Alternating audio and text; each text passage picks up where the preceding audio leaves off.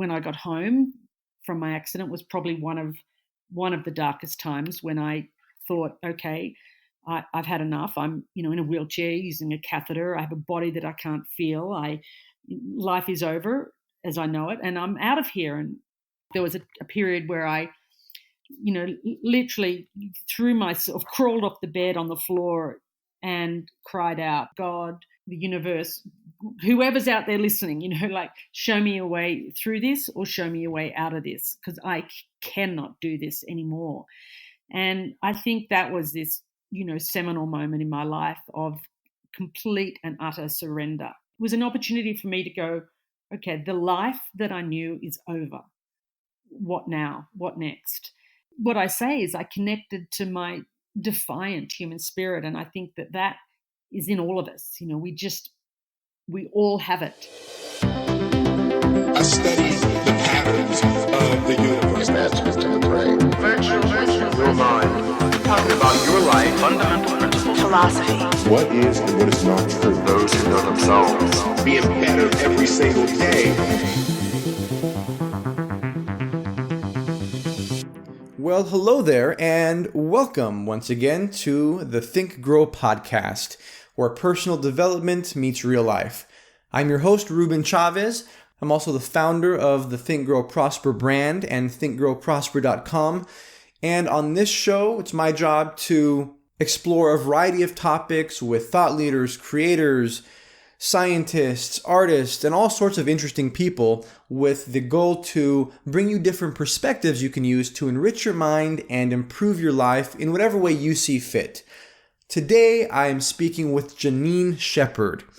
I first came across Janine's story through her super inspiring TED Talk, which is called A Broken Body is Not a Broken Person. And in that talk, she describes her extremely close brush with death. She was actually a cross-country skier, and many years ago, she was poised to be in the Olympics, and she was training for the Olympics. And in one of her training sessions, she was on a bike ride, and she was hit by a utility truck, ran over, and it nearly killed her. She was in the hospital for 6 months. She had an extremely grueling recovery process, as you can imagine. They did not expect her to live, let alone walk, but she did both. And not only did she walk, she became a pilot and a pilot instructor and just really defied all the odds. So I wanted to sit down with Janine and just ask her about her mindset. I wanted to ask her about her core beliefs. I wanted to ask her about the things that got her through her dark times and the unimaginable obstacles that she faced. So that's what I did. That's what this conversation is about. I enjoyed it. It's very uplifting, very inspiring. Janine is a powerful, powerful being, I think, and I hope that you find this conversation as inspiring and uplifting and perspective shifting as I did. So without further ado, here is Janine Shepherd. Janine, thank you so much for being here. How are you?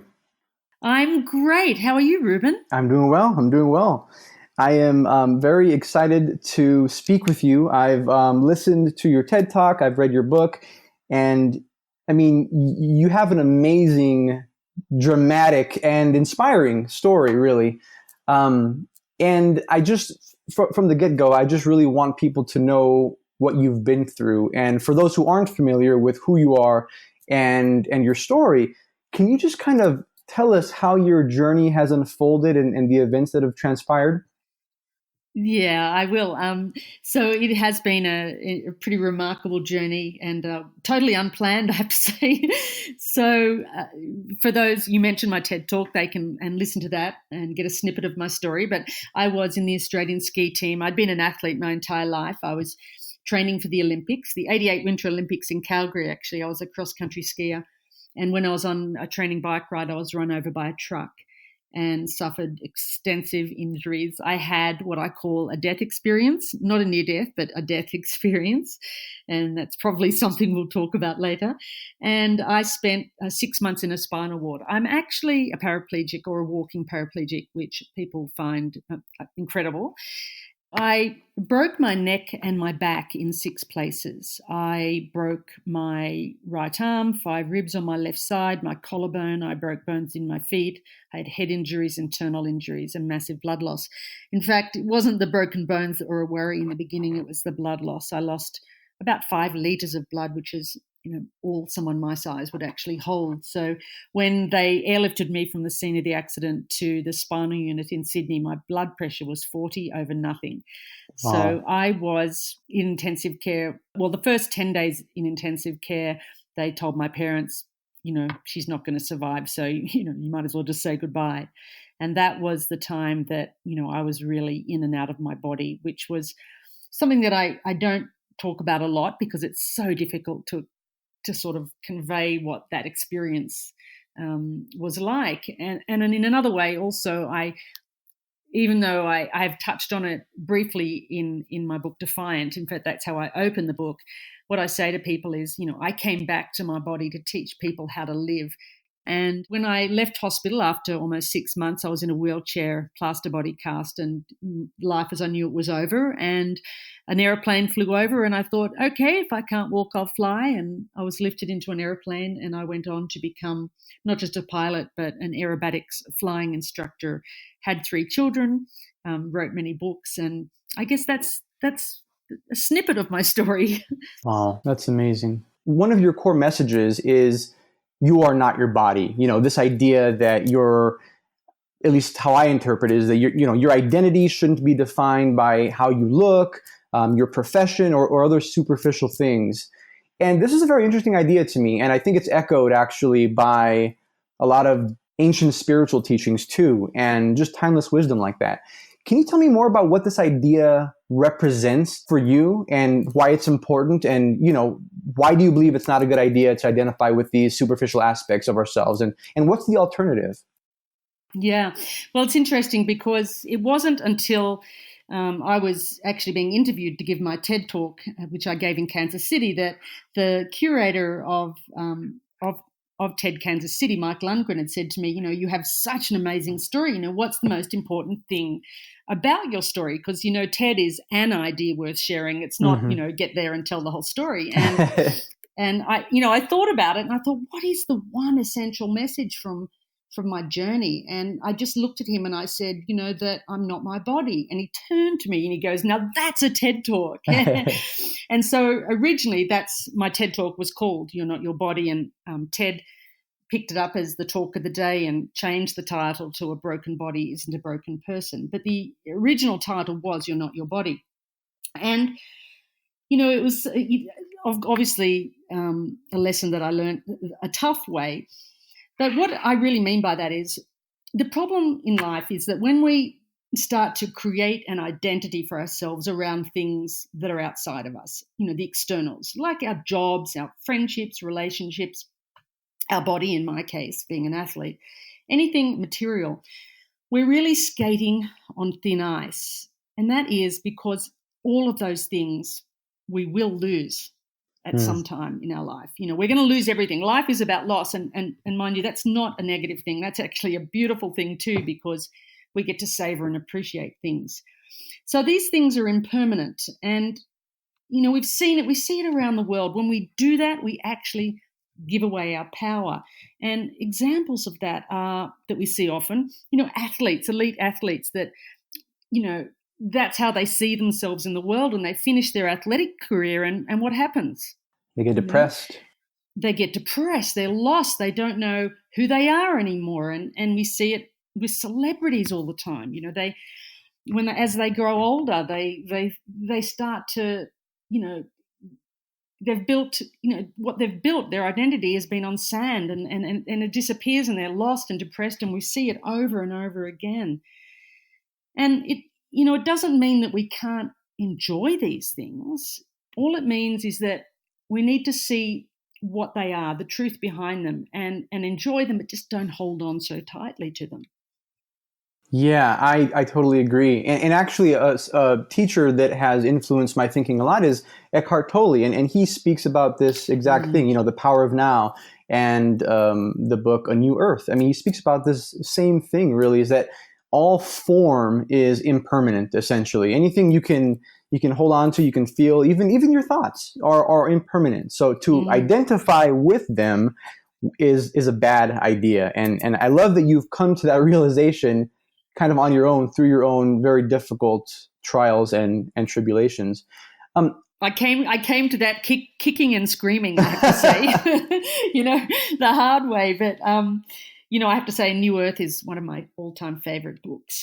Oh, yeah. That's amazing. I get reading that puts me into such a profound state. It's a state that I can't get into reading another book. It's very interesting.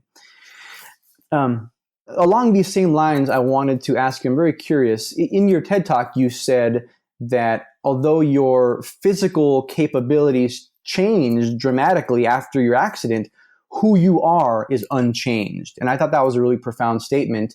And the majority of your life, you were an athlete. That's how you defined yourself. How do you conceptualize who you are now? And can you elaborate on the idea of who you are being unchanged? Well, when obviously, being an elite athlete, that's how I put myself out into the world. That was my identity. That's how I connected to the world. That's how I saw myself. And when I lost that, when I was home in a wheelchair with a body that, I couldn't feel, I was, having to use a catheter. It was a very challenging time for me, and a time for me to really, look at, well, if I'm not this body, who am I? How do I see myself in the world? And, it's difficult to put a word on it. Some people would call it, who are we? Are we awareness? Are we consciousness? Are we spirit, soul, the observer, the divine spark? There's so many ways we can look at it, but it's the part of us that never dies. It's the part of us that, it's the part of me that left my body. It's the part of me that had that experience that gives me this sense of security that it actually doesn't matter what happens in my life now, I'm going to be okay. And I think it's just been, such an incredible journey to connect with that. But mind you, even knowing that I go in and out, I still struggle. I still have all the same challenges that everyone else does in life, and I think that's a beautiful thing. That's part of the human experience. Why we're here. Do you think you had a lot of lessons to learn? I mean, do you, before the accident, did your identity hold you back in certain ways, or I guess also what I'm asking is, in what practical ways has your accident and the lessons you've learned kind of changed how you live on a day-to-day basis? Yeah, Ruben, it's really funny you say that, because I was saying to a friend last week, you know what? When I was lining up for this life, I said, just give me every challenge that's possible. I'll take it all. Right. Yeah. It seems like that, right? With your story. Oh man, I've had it all. And I think that, early on for me, the thing that I lost, which was my body, was the thing that had the most impact on me. And that was a thing that had the potential to shake me up and wake me up. And it did, because, I was the quintessential, the athlete. I'd been that all my life. My body was everything to me. And so it was like, I came into this life and said, okay, I'm going to lose the thing that I value the most, which was my body. And it's funny now that I look at all the challenges that I have with my body and how I deal with those. And, I live with chronic pain, for example, and that's something that has been a huge challenge for me, particularly the last 2 years. And that's also another way that I connect with the world now. And the way it's changed me is that my challenges have made me a much more compassionate person. I have this theory that basically life is really just learning how to deal with your challenges. And because every single person, regardless of your socioeconomic status, whatever your lot in life is, has a problem that they're dealing with. And it may be on a completely different level than yours or than anyone else's. But I think life is really just figuring out how to deal with whatever problems it is that you have. Yeah, oh, absolutely. I always say that life is one huge personal development course, and I'm a long way from graduation. That being in the spinal ward, they're not nice places to go to. I can tell you, I had a lot of people that actually couldn't come to visit me in the spinal ward because they're so confronting. But there were many gifts, being in the spinal ward, and one is that it stripped me of my sense of entitlement. I realized that accidents happen to everybody. If it happens to someone else, why shouldn't it happen to me? And instead of asking why me, I started to ask, well, why not me?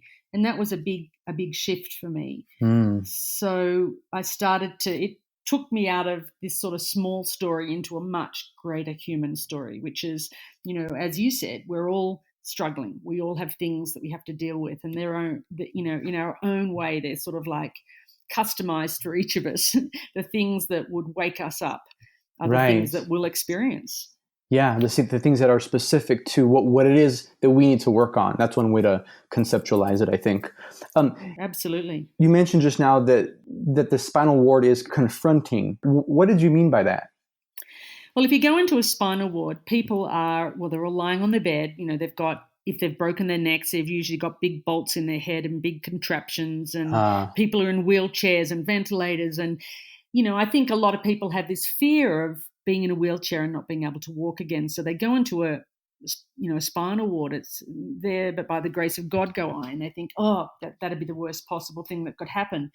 And for me, being an athlete, it was, it was, oh my gosh. And so I think a lot of people just find it really confronting to go into a ward like that and see those things. That's true. It does. I guess, like you said, it breaks you out of your little world and shows you like how reality can actually unfold and does unfold for some people. And so it does make you confront that. That reminds me of the Stoic philosophy, even of negative visualization and how things could always be worse. And that's so true because, I talk about Maria, who was in the spinal ward, and she gave me an incredible gift. The story behind Maria was that she was woke up on her 18th birthday from a coma to find out that she was a complete quadriplegic. She could only move her head. And we became great friends. They actually moved us next to each other in the ward because they thought it would help her to have someone that was closer to her age. But I always say that it was actually a gift for me because she was always smiling, always happy, even though she couldn't talk properly from her accident. And, if I could never feel sorry for myself because all I had to do was to look in the bed next to me and think, oh my gosh, it could be so much worse. Right. And, that was just a great gift. And she, even though she passed a few years ago and she spent her whole life as a complete quadriplegic. She couldn't lift her arms. She couldn't speak properly.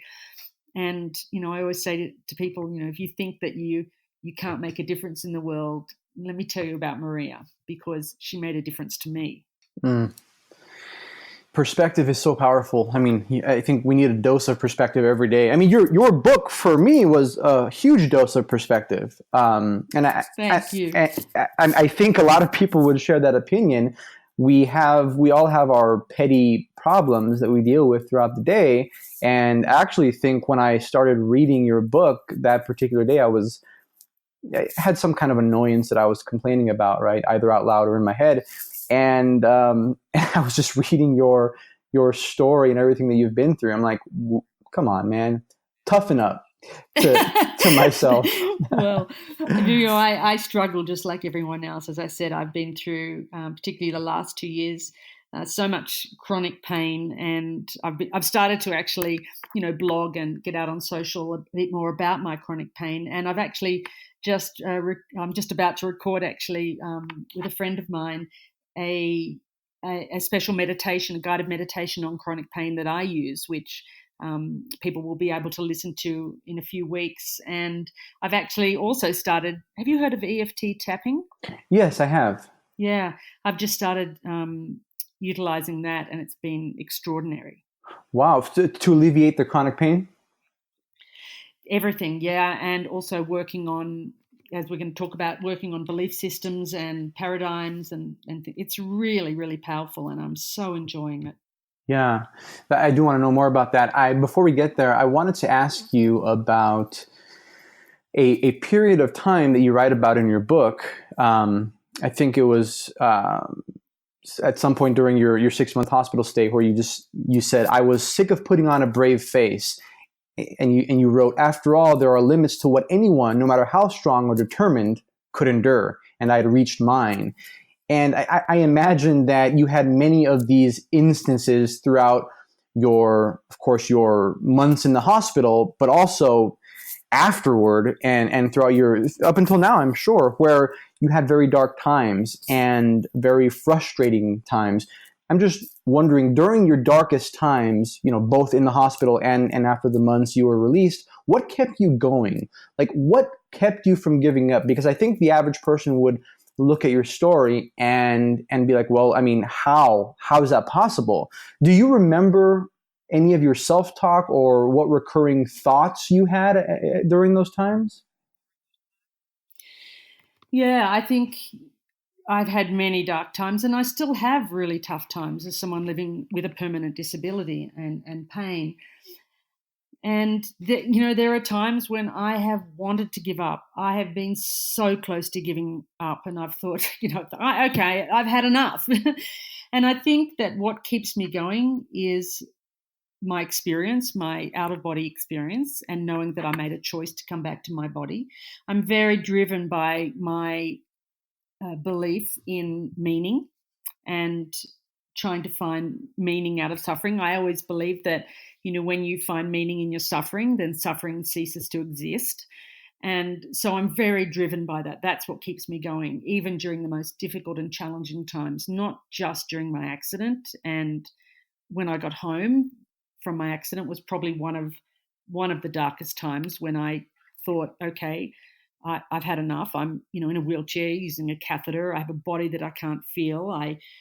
Life is over as I know it, and I'm out of here. And you probably remember from my book, there was a period where I, literally threw myself, crawled off the bed on the floor and cried out. I remember saying, God, okay, the universe, whoever's out there listening, show me a way through this or show me a way out of this. Yeah. I cannot do this anymore.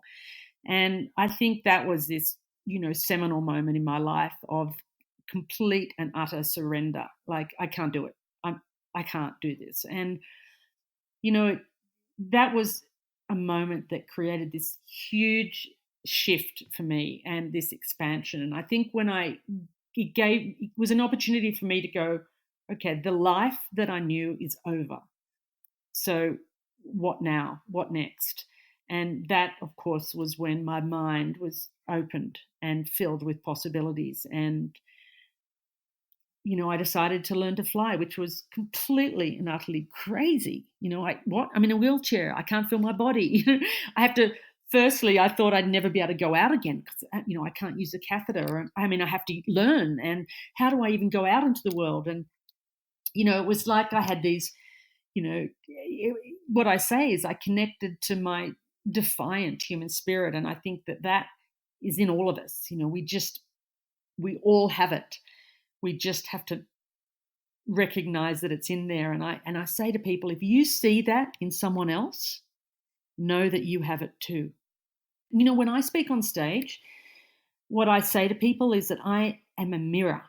Right? What you see in me, you have it. You have it. Just recognize that. Yeah. You said a lot of things in there that I want to comment on, but I'm going to try to stay a little bit focused because I know your time is precious here. But you mentioned meaning. That's such a crucial component of the puzzle, I think. This is the whole thing that Viktor Frankl wrote about in A Man's Search for Meaning. And the same thing that kept him going was the same thing that you have identified that kept you going. And that's finding meaning in what you're going through. And I think that's so powerful. Also surrender. I think that you got to a breaking point. And we see in all these stories of people who have really transcended their challenges, I think a common occurrence is that they reach a breaking point. I keep bringing up Eckhart Tolle because I don't know, something about your story reminds me of his principles. But in his personal story, there was one night when he suffered from anxiety and just a lot of mental anguish, and he just said, I can't live with myself anymore. And that moment, that very rock bottom moment, was actually right before his transcendence of his problem. And I just think it's so interesting that if you just stay with it just a little bit more, the actual hardest time is the moment before you succeed. Yeah, it's like this saying, they say it's darkest before dawn. Yes. If you're willing to go there, and that I think it's all it takes is a willingness to go there, and that and also the adage, you have to sort of break down before you can break through. And I see that I've had that so many times in my life in major ways, that once you've done it once, you can, when you're there again, it's like you're so familiar with it that yeah, I know this feeling. I know it's not real. It's kind of like muscle memory. Yeah. You also mentioned your death experience a couple times, and I'm wondering if you can. I know you said that you don't often talk about that because it's hard to explain. Is there anything that you can elaborate on there to kind of, because I know that was something that really shifted a lot of things for you, and is there something there that you could talk about? Well, yeah, it took me a long time because I didn't understand the experience. After I got out of hospital and home, I read so many books on NDEs, near-death experiences, and I'm thinking, why is mine so different? Why is mine not like everyone else's? The tunnel and that experience, and mine was so different that I didn't understand it, and it took for me a lot of time in meditation before I could really sort of understand what that was about, and being out of my body, in my body, out of my body, shifting between dimensions. And, I went to a place, I say to people, I don't know if they know about the Akashic Records, but, I went to a place like a room and a library, and I was able to access those experiences. I was also able to access my life if I came back to my body, and therefore I made that choice to come back knowing that my body would be broken and my life would be one with disability. And I think that's been a really a breakthrough moment for me, in that when I looked back, I thought to myself, okay, so I made the choice to come back to a broken body. So therefore, there has to be meaning in that. And that is what has really kept me going, knowing that was a choice. And life is about choice. We get to choose all the time. We get to choose how we see our experiences, how we perceive our experiences. And as well as that, I had spirit with me during that time, and they've never left me. They're there with me all the time during my darkest periods. And that is also, a great sense of peace for me, and has enabled me to get through some really difficult times, not just my accident, but my marriage breaking down, and being in a abusive relationship and losing my house. All of those experiences, which have been equally, if not more, painful than my accident. I guess this might be a good time to talk about some of the techniques that you use. You've mentioned meditation and EFT. When you do encounter now challenges and just hard times, even just normal ones, right? That most people can relate to. What do you do to get yourself in a better state? Let's say, to put yourself in a better emotional state to deal with the problem more effectively, because I think that's what a lot of personal development is controlling your state so that you can deal with problems and challenges more effectively. So what do you do? What are some methods you use? Well, I would say that I try, I have a pretty extensive toolbox with lots of different tools. My background before my accident was in sports science. So, I have a sports science degree, counseling qualifications and coaching as well. So I sort of pull on all of those. I have a really fervent interest in neuroscience and neuroplasticity as well. So I sort of draw from all of those and NLP as well. And, if I'm having, for example, a bad pain day, I might do a body scan, for example, which is one of the meditations I'll be guiding people through in a few weeks. Or I might, exercise is a big thing for me, just moving my body. I'm limited to what I can do, but I can still ride a bike. So I'll get on my bike and I'll break the pattern. I think that that's a really powerful tool, to break the pattern. I'll use tapping. EFT tapping is really powerful. It is using acupuncture points to release serotonin to also interrupt the pattern and collapse the story. So I'll use that. I'll use talk therapy. I'll talk to my partner about things. So it really depends on where I am and what I'm doing as to what is available to me. And I think that I know that you talk a lot about beliefs, and I think that we all have core beliefs that are helpful, and we all have ones that hinder us. And so I really work on, sort of trying to identify, is this helping me or not? What sort of core belief is this? And recognizing that it is only a belief. Beliefs are powerful, but they affect, we know that our behavior, and I can recognize, where did this come from? Yeah. Is this relevant as an adult, or is this something that goes way back into my childhood? And, a lot of those ones that hinder us, we know go way back to when we're, from 0 to 7 years old. Yeah, that's very powerful to recognize those. Are there empowering beliefs that you've identified that you hold that might contribute to your incredible perseverance and tenacity? Because of course, identifying the negative beliefs, the beliefs that hold us back, is an important process and is an important thing to do. But also identifying the empowering beliefs that actually move us forward is also crucial, because then we can cultivate those, and I have a course on this, but I'm just wondering if there's any that you've identified over the years that really have contributed to your success. Yeah, I have a very strong, I call it a mindset or an attitude, which I adopted as a young athlete, which was, loving the hills. And I always say that that's something, I learned as an athlete. I would go and actually train on hills where a lot of people would go, oh, yeah, I'm going to take the flat. And it actually became, it's not just about the physical hills, it's about the challenges in life. And, Scott M. Peck's The Road Less Traveled is one of my favorite books too. He says life is difficult. Once you accept that, it's not difficult anymore. And so my version on that is, life is filled with hills. And once you accept that, then the hills don't matter anymore, because you understand that they're there for a reason, right? So, loving the hills is one of my, mindsets, that when things are tough, I'm, okay, this is a hill, you know what this is about, it's supposed to be here. And you also know that, once you get over a hill, what happens? You're in a valley, and it's flat, and nothing is, this too shall pass. So that's important.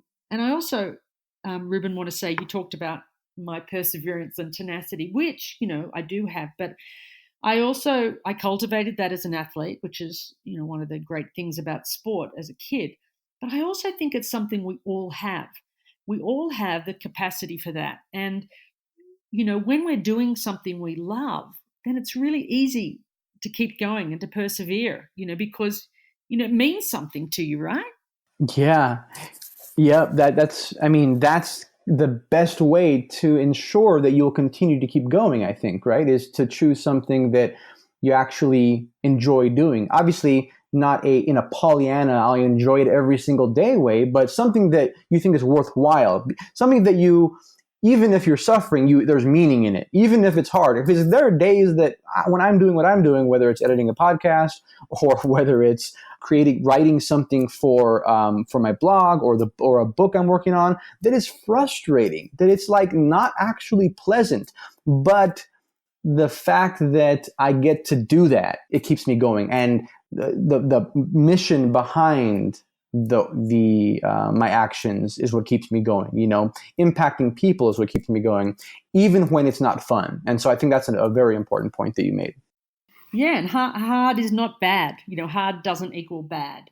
And, I always say a great, mind hack is to go, I get to do this. I get to do this. And, I say when you live with disability, every day is hard. It's just, sometimes there are days when you just, struggle to get your body to get going and do things.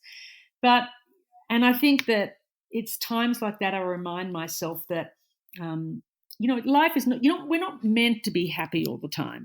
I say there are times when it's appropriate not to be happy. Yeah. So I think there's a real challenge with, the happiness trap of all of us chasing this. We're supposed to be happy. We're supposed to look at everyone's picture on Instagram and, oh no, they're doing this and I'm not doing that. There's something wrong. But I think for me, a word that probably has more power is contentment. I think throughout my life, I even lately I've recognized that I haven't always got what I've wanted, but I actually got what I needed, and that's been a big breakthrough for me too.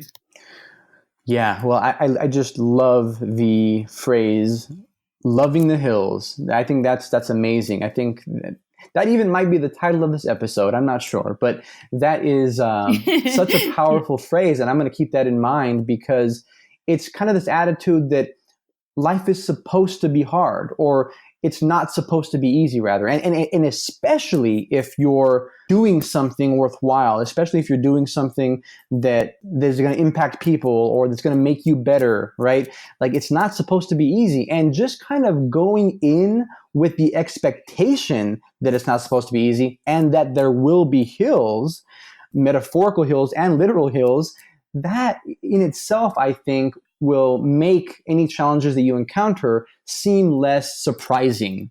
Yeah, it takes the pressure off, doesn't it? Takes the pressure off. Yeah, totally. Speaking of choosing things to do that you love and that actually fuel your passion, after you got in the accident, obviously you couldn't be an athlete anymore, and you alluded to the fact that you became an airline pilot. Can you tell us about how that decision transpired and that part of your journey? Yeah, well, I didn't become an airline pilot. I became a commercial pilot, and I became a flying instructor, and then I became an aerobatics flying instructor. So Got it. It was sort of crazy. For anyone that wanted to learn to fly, they'd come out to the aerobatics school and they'd get this, this woman that walked with this limp that had no feeling in her legs. Was like, whoa, is that safe? So, it was sort of crazy. And, it was one step at a time. At first, when I got out of hospital, I was in a wheelchair and my body was covered in a plaster body cast. I couldn't walk. I was trying to use a catheter, et cetera, et cetera. And the first flight, I was lifted up into an aeroplane.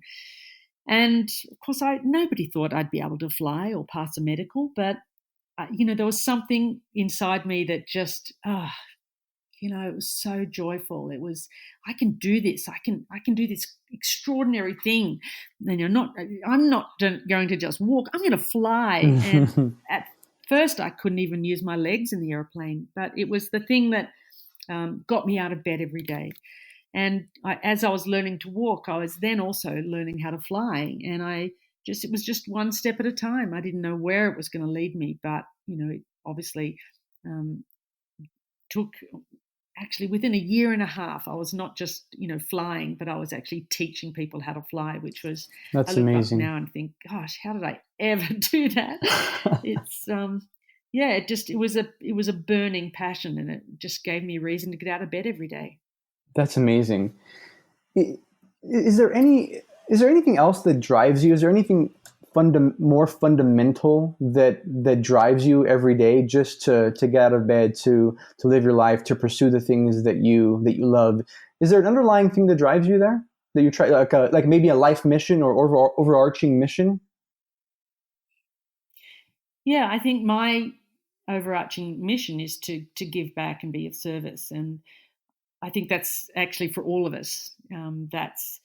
We know that science tells us now that we create more well-being for ourselves when we give back to others. But we now know that the world is so connected, and I feel incredibly blessed that I get to share my story, because what happens is that people write to me and share their stories with me, and it's such a gift, to have those stories and to know that in some way I've made an impact in another person's life, and I think that is a great driver for myself and for most people these days. Hopefully.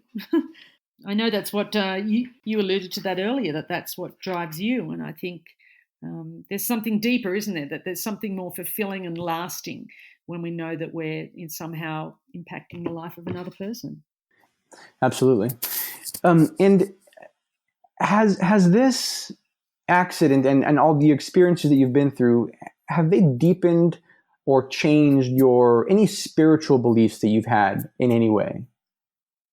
Absolutely. I mean, you can't have an out-of-body experience and not be changed by that. So it's given me a greater sense of peace, and also knowing that I'm not alone on this journey, that there are spirits and beings with me all the time, guiding me and helping me through this life experience. And that's been such a gift. Were you at all interested in the field of spirituality or personal development or things that information like that before you experienced such traumatic challenges, or has this come about because you've been trying to transcend your own challenges? No, it's definitely my accident. I mean, I didn't really have my religion was my sport. And I don't really, and when I say religion, I mean, my spirituality now. So it definitely has changed me in such a profound way. And for that, I'm really grateful. And I think that it doesn't necessarily have to take, an accident like mine to get us on that path. But for me, it did actually take my accident to get me on the path. Yeah. You titled your book Defiance, and I love that title, and I think it actually just want to know what that word really represents to you. I kind of want you to talk a little bit about why you chose that word and why it rings true for you, and what you mean by it. Yeah, it's a really interesting word, isn't it? And I was actually chatting with an Australian film producer at the time, Bruna Papandrea, who was Reese Witherspoon's partner. I was sitting in her office, and Bruna said to me, "You know what? You are so defiant." And I went, "Oh, that's a great name for a book." And I didn't think that my publisher at the time would like it, because I thought maybe it has a negative connotation. But I've really embraced the word, and as I sort of let it sit with me, and I think it's a really powerful word, especially for women who are often not taught to be defiant. And I don't see it as being, I say to people, defiance, we could see it as, a child screaming in the corner or a fist waving in the air. But to me, defiance is living with boldness and grit. It's about, saying yes to life, all of life. It's about being all in. And I think I love it. It's a great word. It's about, even Viktor Frankl, as you referenced, said that the defiant human spirit, he said, is tapping into our spiritual qualities to overcome challenges. And I think that's what defiance is to me. It's about saying, yep, I'm here, for a reason, and opening your arms and saying yes to all of life. I love that.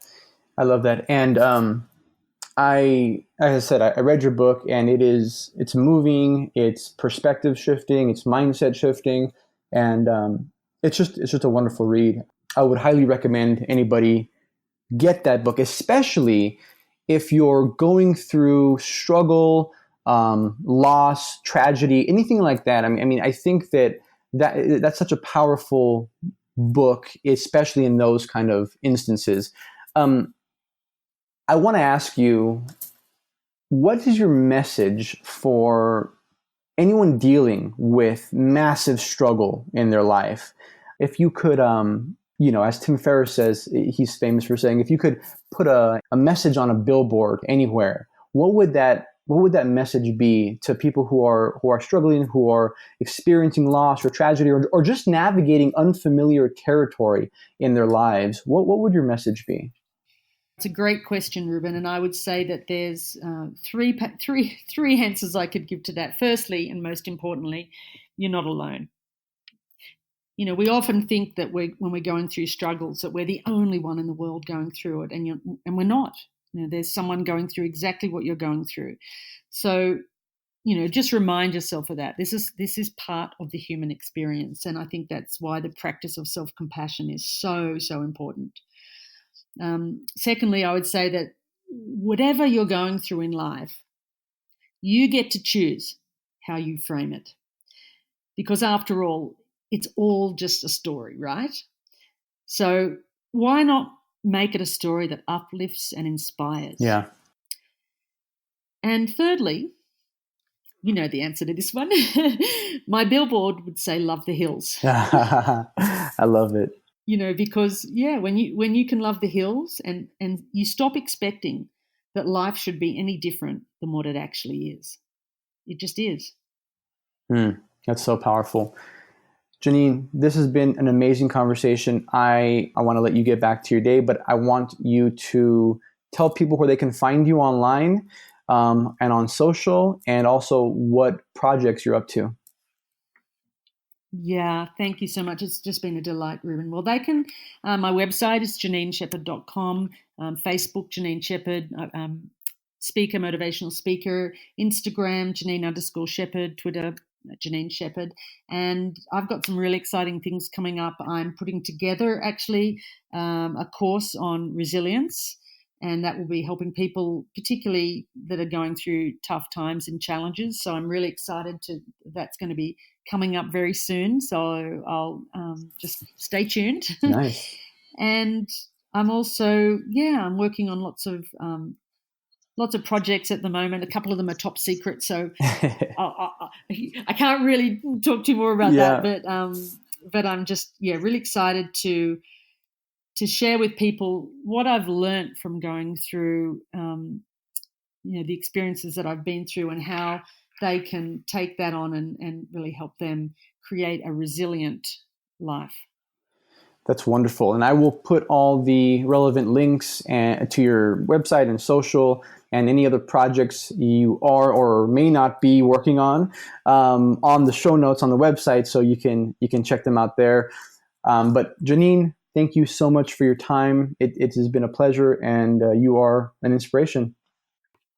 Thanks, Ruben. And I'll mention one more thing that I forgot to mention. Yes. If I've got a couple of free tools that people can actually access straight away. If they go to my website, I've got a tool called the question method, and they can download that instantly. And it's a tool to reframe their life. So whatever they're going through, they go through a list of questions, and it'll help them to, as we talked about, perspective and reframing. So it will help them if they're particularly going through a tough time, a challenging time right now. Oh, that's perfect. I will link that as well. Great. Thanks, Ruben. It's been a delight talking to you.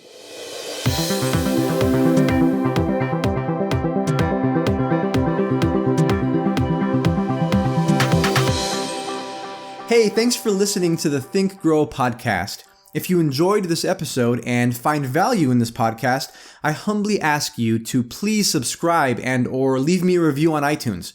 Or you can just share it with a friend who you think might find value in it. If you've already done any of these, I want to take a moment to sincerely thank you. I truly, truly appreciate your support.